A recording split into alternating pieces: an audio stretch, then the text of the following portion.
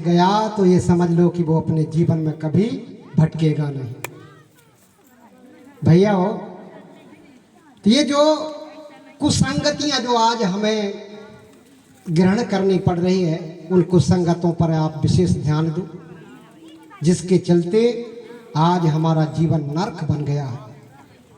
कुसंगति के कारण मित्रों ने ही हमें व्यसन आने नशा में ढकेला है। बाप कितना भी डाकू रहे, लेकिन सपने में नहीं सोचता कि मेरा बेटा भी डाकू बने। बाप जुआड़ी रहे, लेकिन सपने में नहीं सोचेगा कि मेरा बेटा भी जुआ खेले। बाप शराबी रहे, लेकिन सपने में नहीं सोचेगा कि मेरा बेटा भी शराबी हो। इसलिए मेरे भाई, मेरे जो युवा पीढ़ी से मेरा निवेदन है, संगति अच्छे लोगों की करिए। जो आज घर में जो खून का रिश्ता जो टूट रहा है, इसका परिणाम यही है, भाई से बड़ा कोई भागीदार दुनिया में नहीं मिलेगा। लेकिन आज उसी भाई के साथ में घर में दीवार खड़ी हो रही है। उसका कमरा जहां से उसकी रेखा है, वहां पर दीवार खड़ी कर लेते हैं। ना भाई मुझे देखे, ना मैं भाई को देखे। और इसमें थोड़ा आपका भी हाथ रहता है। घर में, घर को दो भागों में विभाजन करने में ये वाले मोहल्ला खराब है भैया। ये मोहल्ला जो है ना,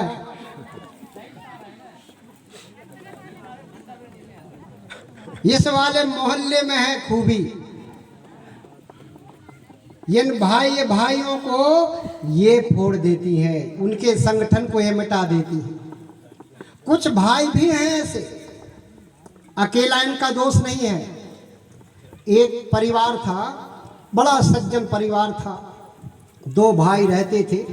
दोनों भाई के बीच में प्रगाढ़ प्रेम था, विचारों का संबंध था, विचारों का तालमेल था। अच्छा सुंदर जीवन जिया करते थे। एक दिन बड़ा भाई साहब, क्योंकि जो बड़ा भाई होता है घर का मालिक होता है, उसकी जो पत्नी होती है, उस घर की जो गृहिणी होती है, उस घर की मालकिन होती है। जब वो बाजार जाने लगा तो अपनी गृहिणी से पूछा कि बताइए घर में क्या क्या सामान नहीं है। गृहिणी ने अपने पति साहब से कहा अमुक अमुक सामग्रियां जो घर में नहीं था, तो वो झोले लेकर के बाजार चला जाता है। बाजार में उसने अमुक अमुक सामग्रियां खरीदा, और गर्मी का दिन था, उसने आम खरीदा और वो घर वापस आ गए। अब जब घर में आया, बाजार से लाया हुआ झोला अपनी गृहिणी को देता है और दो आम निकालता है और अपने बेटों को आवाज लगाता है। एक अपना खुद का बेटा, अपने छोटे भाई का बेटा, जो गांव में पड़ोस में अपने मित्रों के साथ खेल रहे थे। दोनों बेटे दौड़ कर आते हैं और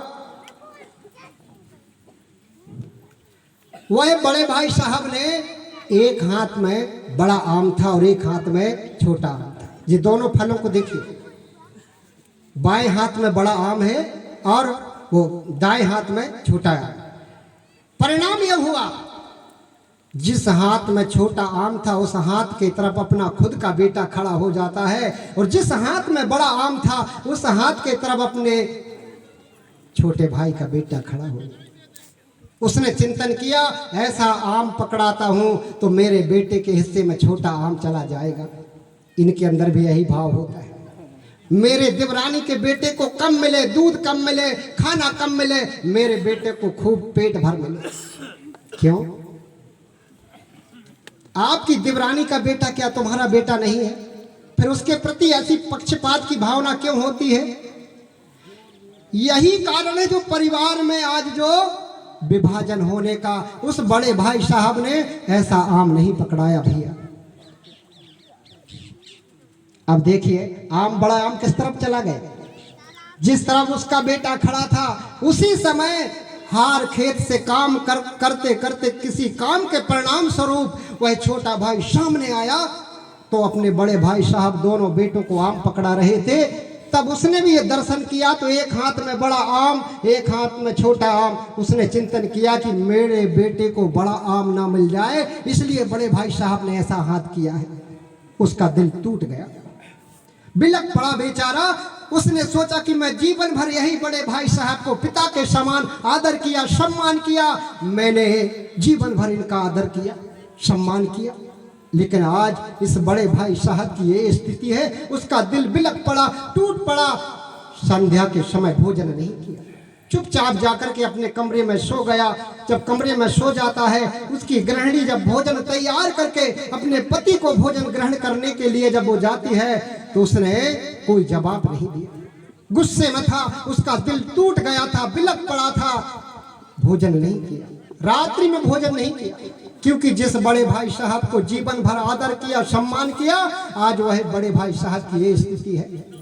भैया हो, सुबह हुआ, उसकी गृहिणी ने कहा, देखो जी, आप जब मैं आपके घर में जब आपकी गृहिणी बनकर जब आई तो आप कहते थे कि मेरे बड़े भाई साहब का आदर करना, सम्मान करना, उन्हें जीवन भर पिता का आदर और सम्मान करना, मैंने वही किया जीवन भर। आज तुम्हें क्या हो गया जो आज अलग रहने की बात कर रही? उसने कहा कि अब अपना सामान अलग कर लो, अब हमें बड़े भाई साहब के साथ जिंदगी नहीं जीना है, अब हमें अपनी जिंदगी अलग जीना है। लेकिन क्या करती बेचारी, अपने पति के अधीन होकर के चुपचाप अपना सामान निकालने में लग जाती। सामान निकाल करके बाहर आंगन में रखने लगी। उसी समय बड़ा भाई साहब अपने हार खेत से घूम करके जब आया तो देखा घर में छोटा भाई और छोटी बहू अपना सामान निकाल करके बाहर रख रहे हैं। तब वो चुपचाप आकर के खड़ा हो जाता है, दृश्य को देखने लगता है, हे भगवान, ये क्या हो गया मेरे परिवार में। कुछ देर तक रुका और अपने भैया से बड़े विनम्र भाव से अनुनय विनय करता है कि भैया ये क्या कर रहे हो। गुस्से में था, उसका दिल टूट गया था, बिलक पड़ा था, कोई जवाब नहीं दिया, चुपचाप सामान निकालने में लगा रहा।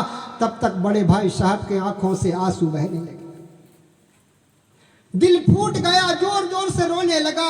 रोकर यही कहा, भैया अकेले रह लेना, मुझे कोई दिक्कत नहीं है, लेकिन सिर्फ ये तो बताओ कि तुम अकेले या अलग रहने का कारण क्या है। मैंने अपने जीवन में तुम्हारे प्रति ये कौन सी गलती की है जिसका जो दंड आज मुझे दे रहे हो।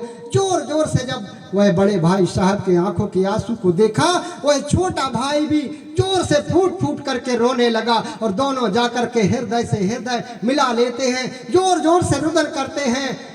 भैया उसी समय उसका दिल, जो टूटा हुआ दिल था, वो पिघल जाता है और कहता है, भैया बस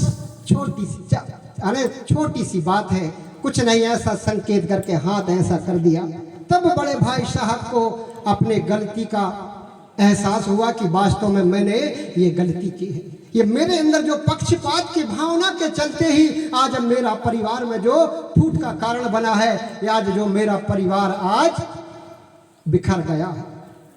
तो भैया जिस परिवार यदि फूट जाता है, उस घर की वैभव भी नष्ट भ्रष्ट हो जाता है। जहाँ सुमति तहाँ संपत्ति नाना, जहाँ कुमति तहाँ विपत्ति निधाना। जिस घर में सुमति हो, जिस घर में सलाह हो, जिस घर में विचारों का संबंध हो, तो लक्ष्मी चारों तरफों से वास करती है, तुम्हारे घर में प्रवेश करती है, तुम्हारा घर आनंद मग्न रहता है, शांति होती है उस घर में, समृद्धि होती है।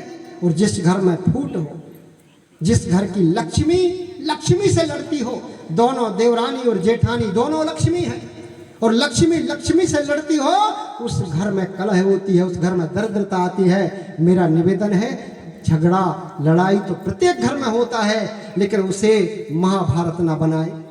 बैठ करके उस पर निर्णय ले। जो उन दोनों भाइयों ने, बड़े भाई साहब को अपने गलती का एहसास हुआ, उसने स्वीकार किया और छोटे भाई साहब से उन्होंने निवेदन किया कि भैया मैंने वास्तव में गलती किया है, लेकिन दोबारा मैं ऐसी गलती नहीं करूंगा। उसका दिल पिघल जाता है, दोनों भाई एक हो जाते हैं, उस घर में विचारों का संबंध बन जाता है।